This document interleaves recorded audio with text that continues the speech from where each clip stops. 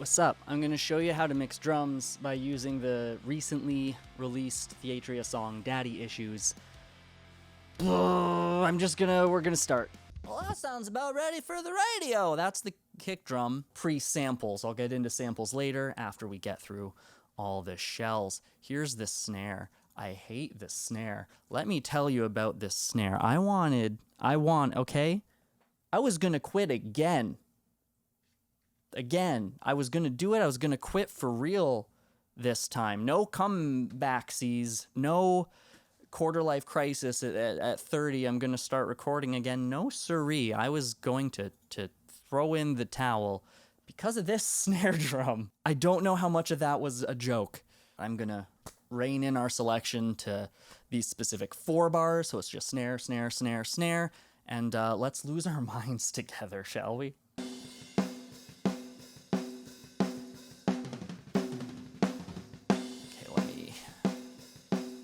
Start with the gate.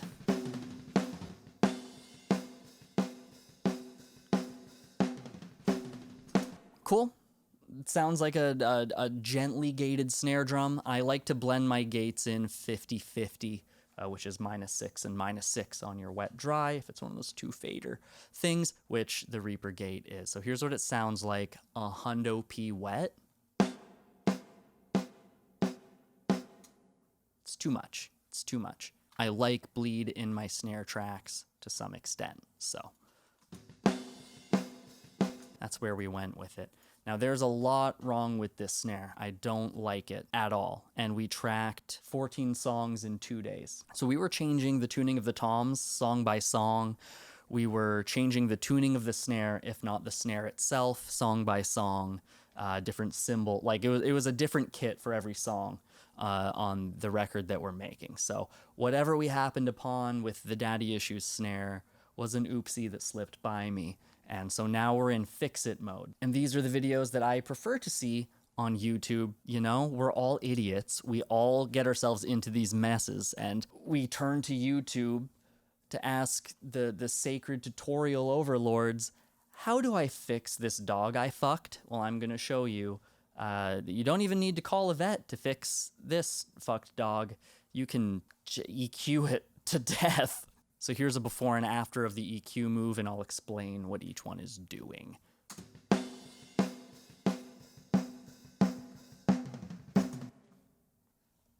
You could argue that sounds no better, but let me get rid of that low boost.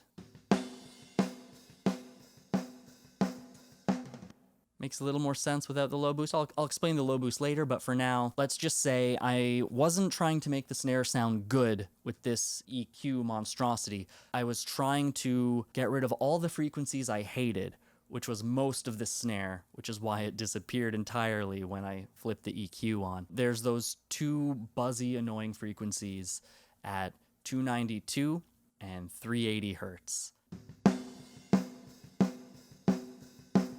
Here, it's like a dissonant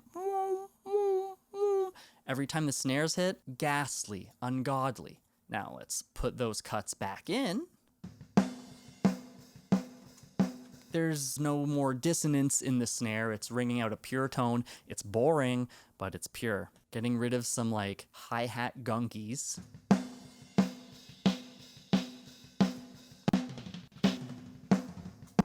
Like getting rid of some hi-hat gunkies. There was another round of NAST. So that was just a lot of hi-hat bleed getting into the snare, but obviously you lose a lot of brightness. So around the same frequency that I was doing that narrow cut, around 10K, I boosted wide around 10K to give some of the energy back. And then I'm running debleeder to sort of like gate it more.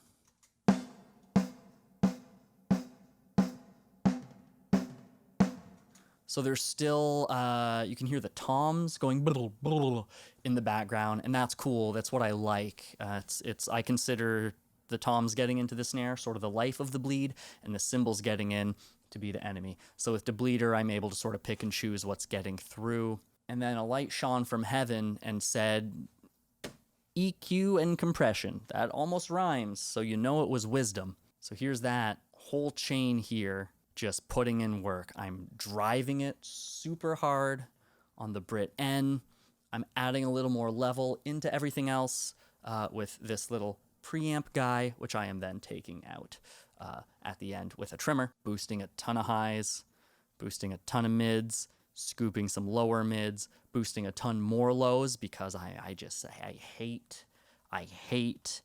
those crack and no balls snare drums. They drive me nuts. Boosting a ton. And this is before when I was like, oh, I'm prone to boost a ton of this on the snare and I want to keep a leash on myself. This is the car I'm chasing that necessitates the leash, is this frequency on this Neve EQ, which I boost liberally on the snare drum. A ton more low end, because why not? That's where the whoomp is, right? But then you get a ton of rumble and a ton of empty fat air. That's cool, because at 150 hertz, I'm doing just a sick, a precise. I don't know how tight or loose this high pass is. I just know I like it on snare. Low cut. Okay? So I'm boosting lows, I'm cutting lows. Balance. And then I'm boosting more lows. I'm boosting more of them. And some silky, whatever that is.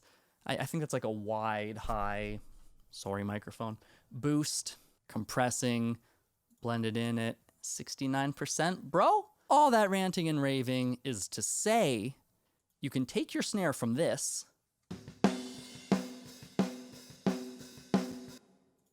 and turn it into this.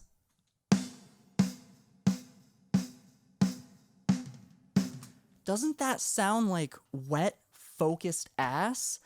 It does. It absolutely does. And so I ended up just turning it down more in the mix. I never get rid of the original snare. I supplement it and blend to taste. In this case, taste was 9 decibels lower than a snare ought to be. But I'm rambling. Here's a before and after of that extreme macho processing.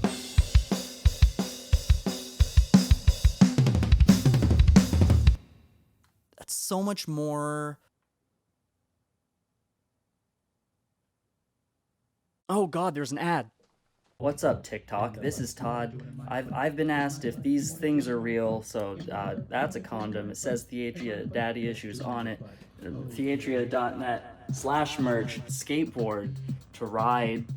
Purchase today. Immediate, focused. You've got the fundamental of the snare, a little bit of like the snare rattle itself, and that's it. That's it. There's no crack. It's fundamental, rattle.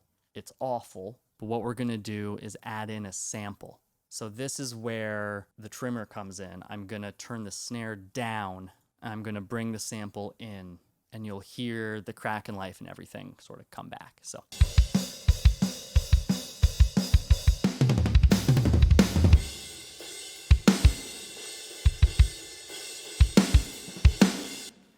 Oh, hell yeah, brother.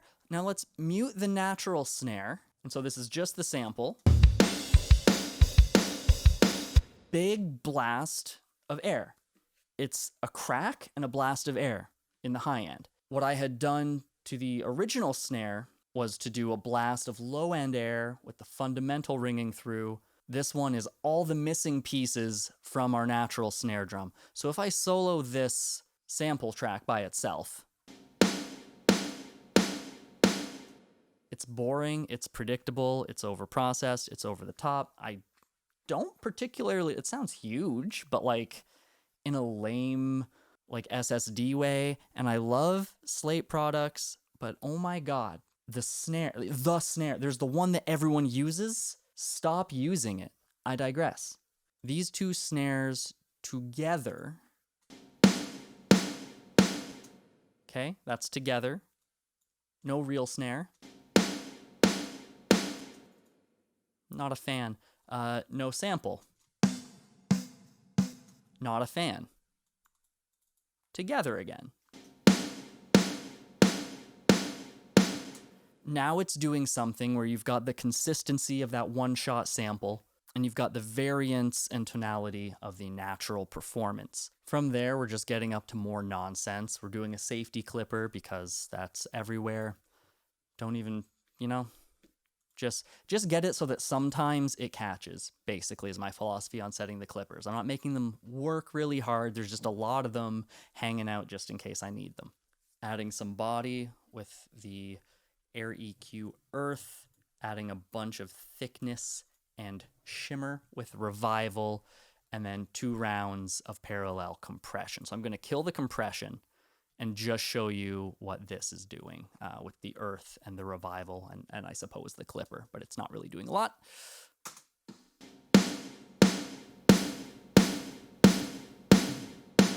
Now, when I turned it off, did you ask yourself, hey, what happened? Because I asked myself, hey, what happened? And what happened is I turned off the sauce, and the sauce was Revival with a little bit of a grundle lift from the Air EQ Earth. And now I'm going to turn on the compressors, and this is both of those snare tracks bussed together, before and then after.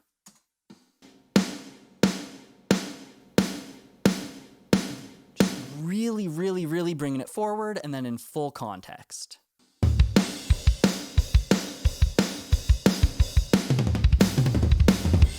So the attack of the snare is being brought forward, while all the of the snare is controlled and tamed by the compressors. It's really neat. I love it. I'm going to gate it some more because I want the blast of air tamed. I want it to blast and suck away.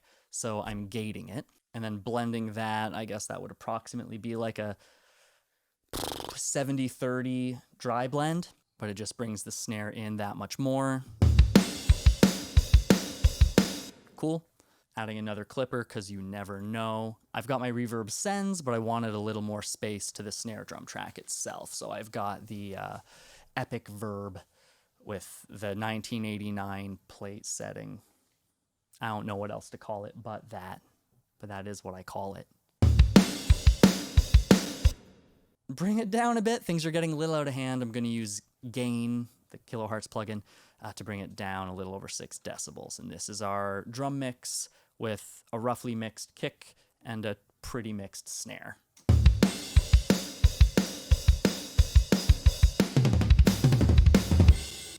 And again, this is what it sounded like without the sample and without the processing.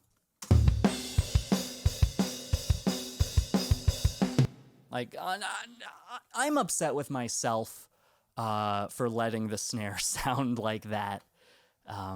But I'm proud of myself for doing what it took to get it back on track. Here it is one last time before we start moving forward.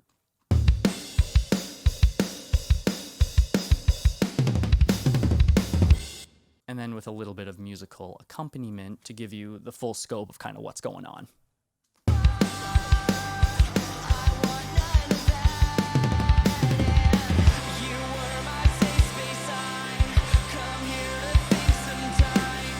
So right away, I'm noticing that the kick's getting lost, and that is the problem that we're going to solve in the next video.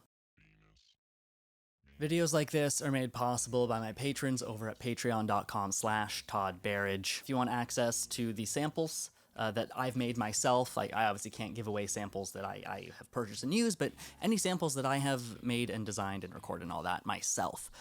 There is a one-shot Borland Studio pack available on my Patreon, as well as, depending on what tier you're in, you get early access to videos, exclusive videos, and or stems from my actual session. So if you're an all-access patron, any video that I make in terms of like a mixing video, I provide the stems that I use as well, so that you can mix along if you want, or make your own mix. I mean, it's up to you. Obviously, you can't release the song as if it's your own, but you can get a lot of practice in, you know? I'm going to thank Nathan, Fabian, James, Parker, Blake, Dave, Ethan, Jessica, Kip, Josh, and Noah. I only had to record that in 3 parts. That's my ADD meds working. Anyway, thank you, y'all aforementioned folks, for making stuff like this feasible for me, again, in this day and age of like being in my 30s and having to, you know, not just do cool shit all the time. You allow me to do cool shit a lot more of the time. So thank you, and I'll see ya. Bye.